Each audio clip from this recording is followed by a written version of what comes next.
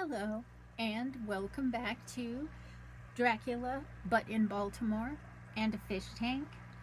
Today we have a letter from Lucy Westenra to Mina Murray, dated 24 May. My dearest Mina, thanks and thanks and thanks again for your sweet letter. It was so nice to be able to tell you and to have your sympathy. My dear, it never rains but it pours. How true the old proverbs are. Here am I, who will be 20 in September, and yet I never had a proposal till today. Not a real proposal. And today I have had 3. Just fancy. 3 proposals in one day. Isn't it awful? I feel sorry, really, and truly sorry for 2 of the poor fellows. Oh, Mina, I am so happy that I don't know what to do with myself. And 3 proposals. But for goodness sakes, don't tell any of the girls, or they would be getting all sorts of extravagant ideas and imagining themselves injured and slighted if in their very first day at home they did not get 6 at least.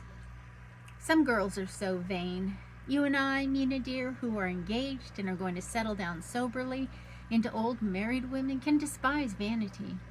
Well, I must tell you about the 3, but you must keep it a secret, dear, from everyone. Except, of course, Jonathan. You will tell him, because I would, if I were in your place, certainly tell Arthur.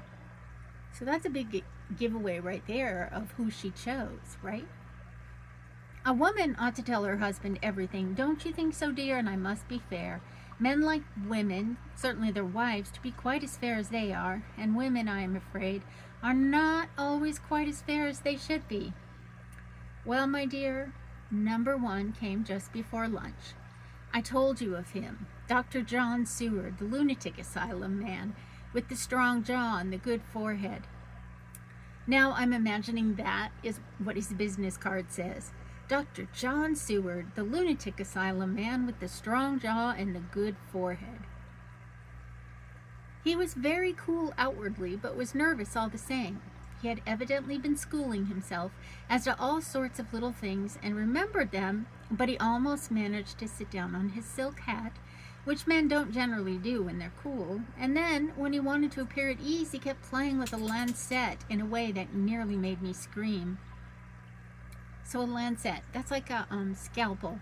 So he brought it with him to propose? Or does she just keep lancets lying around? He spoke to me, Mina, very straightforwardly. He told me how dear I was to him, though he had known me so little, and what his life would be with me to help and cheer him. He was going to tell me how unhappy he would be if I did not care for him, but when he saw me cry, he said that he was a brute and would not add to my present trouble. Then he broke off and asked if I could love him in time, and when I shook my head, his hands trembled, and then with some hesitation, he asked me if I cared already for anyone else. He put it very nicely, saying that he did not want to wring my confidence from me, but only to know, because if a woman's heart was free, a man might have hope. And then, Mina, I felt it a sort of duty to tell him that there was someone. I only told him that much, and then he stood up and he looked very strong and very grave as he took both my hands in his and said he hoped I would be happy, and that if I ever wanted a friend, I must count him one of my best.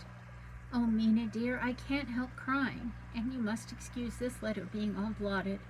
Being proposed to is all very nice and all that sort of thing, but it isn't at all a happy thing when you have to see a poor fellow, whom you know loves you honestly, going away and looking all broken-hearted, and to know that, no matter what he may see at the moment, you are passing quite out of his life.